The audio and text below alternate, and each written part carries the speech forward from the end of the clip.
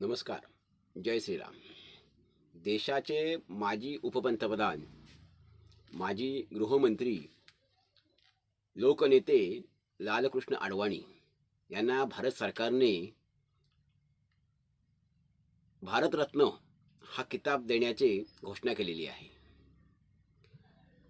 अडवाणींसारख्या एका सत्शील चारित्र्याच्या व्यक्तिमत्वाला, चारित्र्यवान नेत्याला असा पुरस्कार दिल्याने अडवाणींचा ह्यामध्ये गौरव तर आहेच, परंतु हे आपल्या सर्वांसाठी अभिमानास्पद बाब आहे.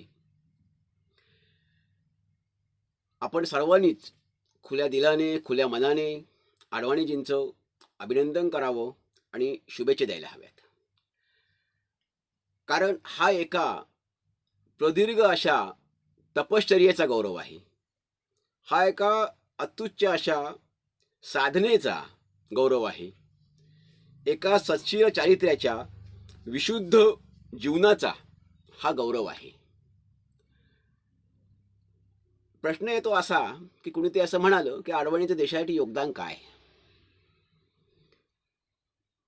अडवाणी देशासाठी काय केलं, राष्ट्रासाठी, भारत देशासाठी नेमकं काय केलं. अडवाणी 60 वर्ष हे राजकारणात होते. 60 वर्षामध्ये अडवाणींनी देशाला काय दिलं असेल तर एक उच्चतम अशा नैतिकतेचा त्यांनी आदर्श दिला. अडवाणींनी राजकारण राजकारणासाठी नव्हे, विरोधासाठी नव्हे, तर राजकारण हे समाजकारणासाठी केलं, लोकसेवेसाठी, देशसेवेसाठी केलं. आता तुम्ही नक्की कोणता मापदंड लावणार आहात, म्हणजे भारतरत्न पुरस्कार देण्यासाठी, किंवा कुणी देशासाठी काय केलं, किती केलं, यासाठी आपण नेमका कोणता मापदंड लावणार आहोत, त्यासाठी निकष कोणते असणार आहेत, कशावरून आपण कोणतं अनुमान काढणार आहोत. त्यामुळे हा प्रश्नच मुळी हा अस्थायी ठरतो, गैरलागू ठरतो.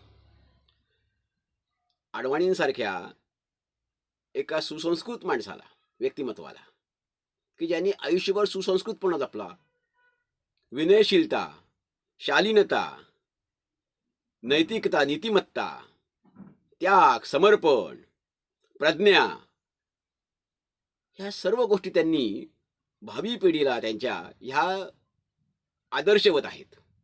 त्याने सर्वात मोठा हा आदर्श ठेवलेला आहे, उत्तम चारित्र्याचा, सुसंस्कृतपणाचा, सभ्यतेचा.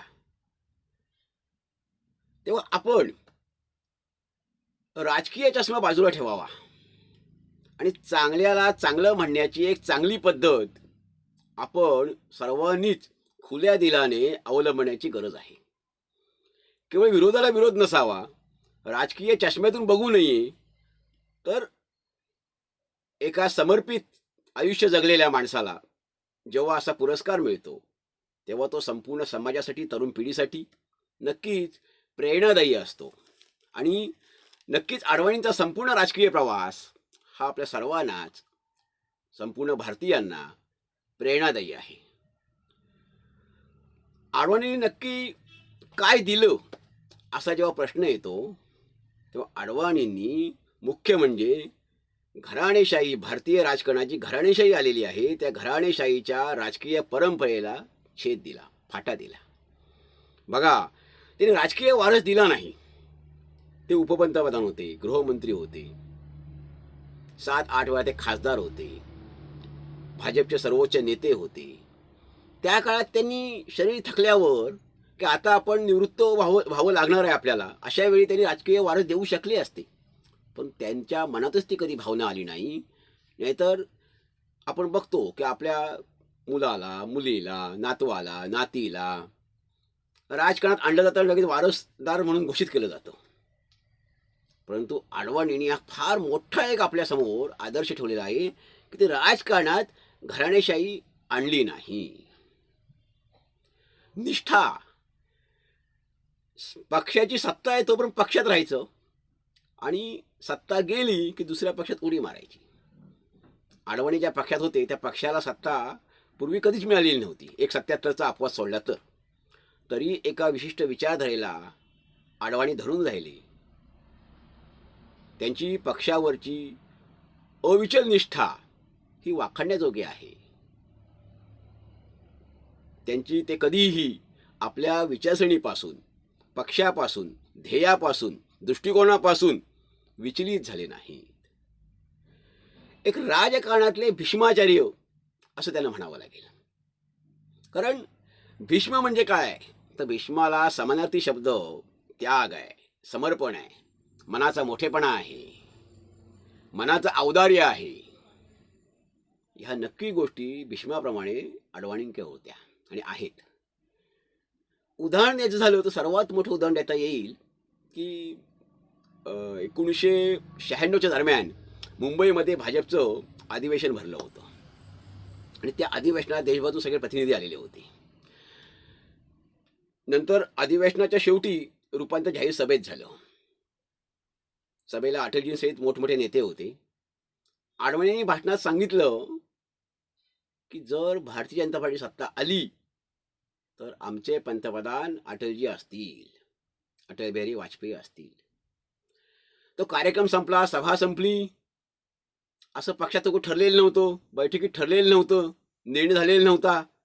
म्हणून अटलजींनी आडवाणींना विचारलं, ये आपने क्या किया?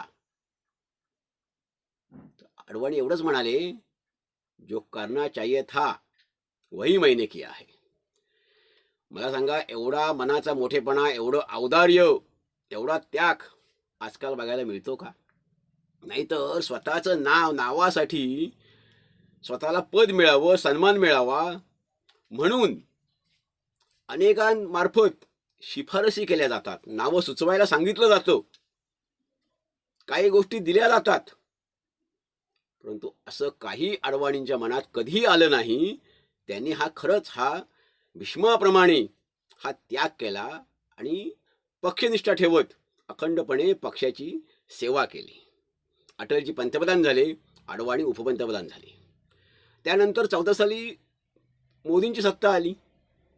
खरं तर आडवाणीकडे राष्ट्रपतीपद जाऊ शकलं असतं, पण आडवाणींनी याकरता कुणावर दडपण आणलं नाही, दबावकड बनवला नाही, काही केलं नाही. अत्यंत साधा सरळ माणूस, निर्मळ मनाचा, विशुद्ध अंतःकरणाचा.